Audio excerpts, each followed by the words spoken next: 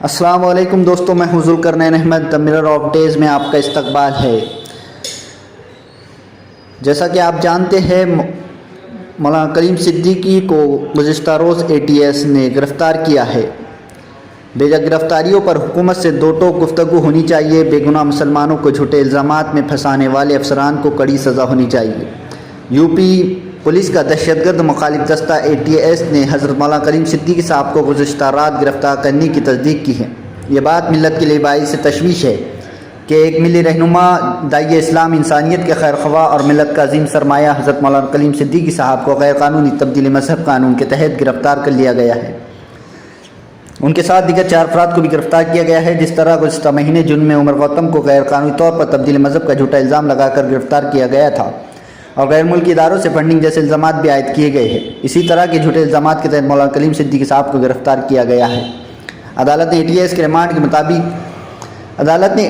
Remand کے مطالبے کو کیا خارج۔ عدالتی تحویل میں مولانا کلیم صدیقی کو بھیجا گیا جیل۔ معروف اسلامی اسکالر اور مبلغ مولانا کلیم صدیقی کو 14 دن کے لیے عدالتی تحویل میں جیل بھیج دیا گیا، جبکہ ان کے ساتھ گرفتار دیگر 4 افراد کو دیر گئے چھوڑ دیے جانے کی امید ہے۔ نوجوان مگر باصلاحیت فعال ایڈوکیٹ ابوبکر صباغ نے لکھنؤ سے روزنامہ خبریں سے گفتگو کرتے ہوئے بتایا کہ عدالت نے UP ATS کے رویے اور طریقہ کار پر سخت پھٹکار لگائی۔ یہی نہیں، اس نے مولانا کے ریمانڈ سے انکار کر دیا اور 14 دن کی عدالتی حراست میں جیل بھیج دیا۔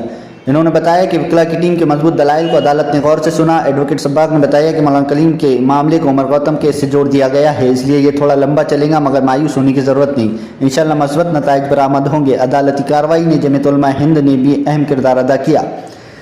ملک قائدین اور مذہبی رہنماؤں کو چاہیے کہ کھل کر مولانا کا دفاع کرے۔ یہ کوئی اتفاق نہیں ہے بلکہ تبلیغ اسلام پر پابندی لگانے کی کوشش کی جا رہی ہے اور مشہور اسلامی مبلغین کو پابند سلاسل کرنے کی پلاننگ ہو چکی ہے۔ RSS کے رہنما موہن بھاگوت ایک طرف سافٹ ہندوتو کا مظاہرہ کر رہے ہیں، مسلم رہنماؤں سے ملاقات کر رہے ہیں، اور دوسری طرف فرقہ پرست BJP اور RSS مسلم مخالف ایجنڈے پر کام کرنے میں مصروف ہے۔ آج مسلمانوں کو چاہیے کہ اس کے خلاف سخت احتجاج کرے۔ ملی رہنماؤں کو چاہیے کہ عوام کے ساتھ زمین پر اتر کر فوری طور پر پولیس اسٹیشن کا گھیراؤ کرے اور حکومت سے دو ٹوک گفتگو کی جائے۔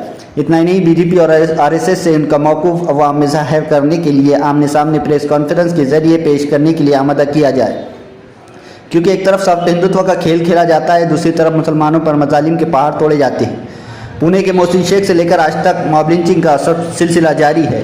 مسلم طلباء کے ساتھ اسکول، کالجز، یونیورسٹی میں غیر منصفانہ سلوک کیا جاتا ہے۔ فرقہ پرستوں کے حوصلے اس قدر بلند ہو چکے ہیں کہ داڑھی ٹوپی والے مزدوری، سبزی پھل فروشوں کو دیکھ کر انہیں اپنے علاقے میں تجارت سے روکا جاتا ہے۔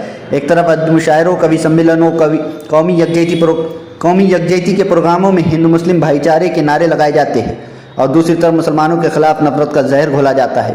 یہ دو رخی پالیسی نے مسلمانوں کو ہندوستان میں بے حد نقصان پہنچایا ہے، اور آج تک مسلمان رہنماؤں کو یہ بات سمجھ نہیں آ رہی ہے کہ ظلم و ناانصافی، تعصب، نفرت، فرقہ وارانہ فسادات سے قوم کو تحفظ فراہم کیا جائے، یا کوئی ایسی مضبوط پالیسی تیار کی جائے جس سے مسلمان اپنے آپ کو ملک میں محفوظ محسوس کرے۔ BJP کے اقتدار میں آنے کے بعد سے اس طرح سے قانون میں تبدیلی کی گئی جس سے صرف اور صرف اقلیتوں اور مسلمانوں کو نقصان پہنچایا جائے اور ملک میں مسلمانوں کے دائرۂ کار کو محدود کیا جائے۔ دہشت گرد مخالف قانون میں تبدیلی بھی اسی لیے کی گئی، اور UP میں غیر قانونی تبدیلی مذہب قانون کو بھی اسی لیے لایا گیا ہے۔ چاہے آپ قانون کے دائرے کے اندر رہتے ہوئے اپنے مذہب کی تبلیغ کریں یا کسی غیر مسلم لڑکی کے مسلمان ہونے پر اس سے شادی کریں، اس میں ٹارگٹ پر مسلمان ہی ہوں گے۔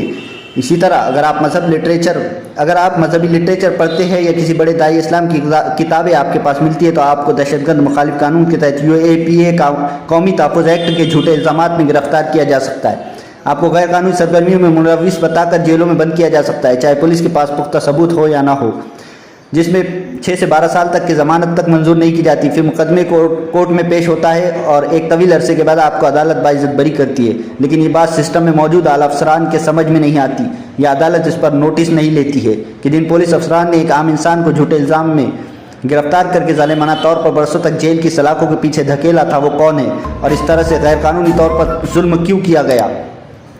اگر عدالت اور ملک کا سسٹم اس بات پر غور نہیں کرتا ہے تو یہ شک کے دائرے میں آتے ہیں کہ کہیں نہ کہیں سسٹم کے لوگ اس میں ملوث ہیں کہ مسلمانوں کو بے جا جھوٹے الزامات میں گرفتار کیا جائے اور پھر ان کی جوانی اور قابلیت کو زنگآلود کر کے باعزت بری کر دیا جائے۔ یہ کیسا انصاف ہے جس سے ملک میں مسلمان کبھی بھی مضبوط اور مستحکم نہیں ہو سکے۔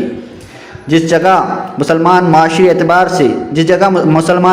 سے مضبوط اور مستحکم دکھائی دے، ایسے علاقوں میں فرقہ وارانہ ماحول پیدا کر کے ہندو مسلم فسادات کروا کر ان کی تجارتوں کو نقصان پہنچایا جاتا ہے۔